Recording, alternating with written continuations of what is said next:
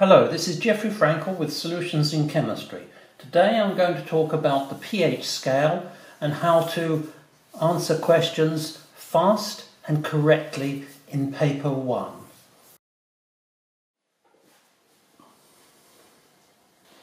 Most students know this pH scale, and they know that pH of 0, 1 and 2 are acid, strong acids, pH 7 is neutral, and pH 12, 13 and 14 are strong alkalis or bases.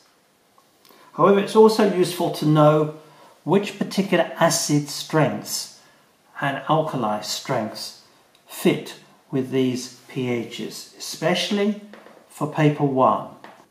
A solution of hydrochloric acid with 1 mole per decimeter cubed concentration has a pH of 0. 1 mole decimeter minus cubed HCl aqueous has a pH 0. I'll give you the concentration for a pH 1, and that's 0.1 mole decimeter minus cubed HCl. How do I know this, and how do I remember this? We know HCl in aqueous solution is completely dissociated. HCl aqueous goes to H plus aqueous plus Cl minus aqueous. Therefore, we can say that if that concentration is 1 mole per decimeter minus cubed, then this must be 1 mole decimeter minus cubed. And if this concentration 0.1 mole decimeter minus cubed, this must be 0.1 mole decimeters minus cubed, etc. If this has a pH of 0, when I dilute it 10 times to 0.1, I'm going to get a pH of 1, because that's the relationship between pHs. When we go from pH 0 to pH 1, the concentration of hydrogen ion is 1/10. When we go from pH 1 to pH 2, the concentration of hydrogen ion is 1/10 again. So therefore I can immediately say that pH 2, therefore the concentration must be 0.01 moles decimeter cubed, and so on. pH 3, pH 4, pH 5. In the exams, the examiners sometimes give you the concentration in this format, and sometimes they give it to you in scientific format. And this 0.1 is 1 times 10 to the minus 2. This 0.1 is 1 times 10 to the minus 1. And for this, well, they don't give it to you in scientific format, but this would be 1 times 10 to the 0. Notice that the pH 0, 1, 2 corresponds to this number there.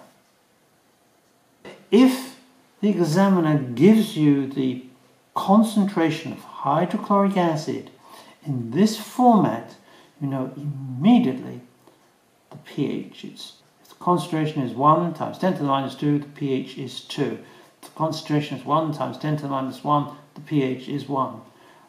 Now, this next thing to realize is, of course, going from pH 1 to pH 2, there's a factor of 10.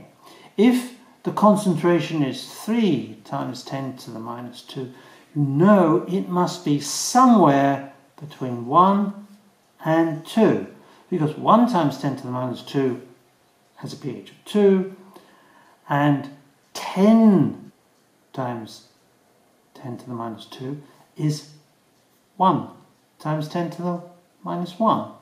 Therefore, 3 times 10 to the minus 2 is somewhere between the two. We don't have to know exactly, but it's somewhere between the two. The important thing is to remember one concentration, just this one.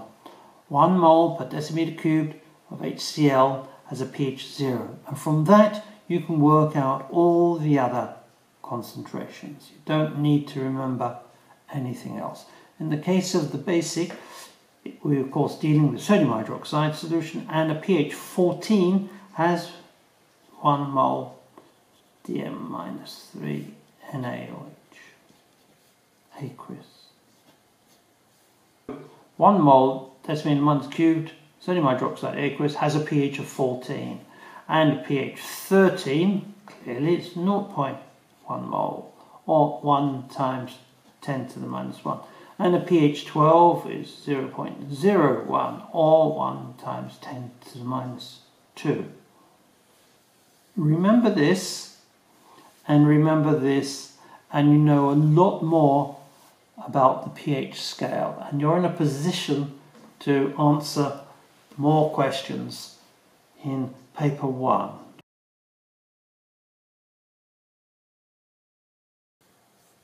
If you're lucky enough to get this question, you know immediately the answer.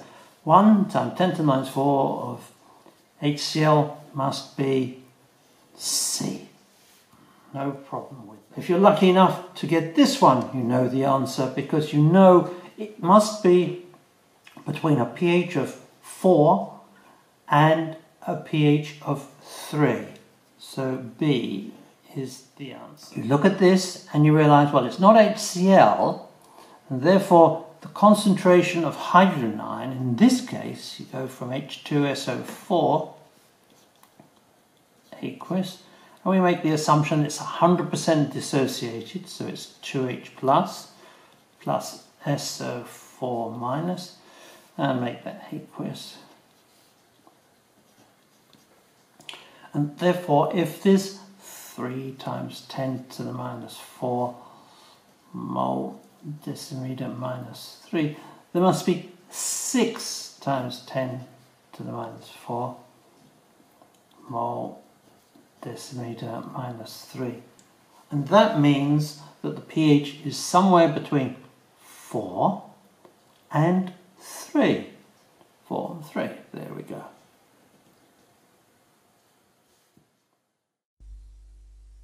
If you found this YouTube video helpful, please look at my other YouTube videos and go to my website www.solutionsinchemistry.com. Thank you.